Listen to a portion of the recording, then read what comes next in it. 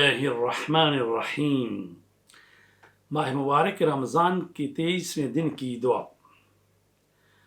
اللہم اغسلنی فیہ من الذنوب وطہرنی فیہ من العیوب وامتحن قلبی فیہ بتقوی القلوب یا مقیل صراط المذنبین۔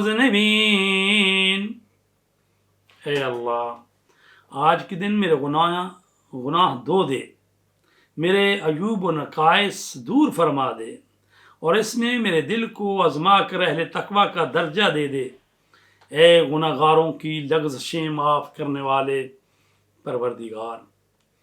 عزیزان گرامی، ماہ رمضان کے 23ویں دن کا ثواب رسول پاک صلی اللہ علیہ وسلم نے فرمایا، 23ویں دن انبیاء اور صدیقین اور شہداء کے ساتھ پل صراط سے گزر جاؤ گے۔ میری امت کے ہر یتیم کو پیٹ بھر کر کھانا کھلانے اور میری امت کے ہر فرد کو کپڑے پہنانے کا ثواب تم کو عنایت ہوگا۔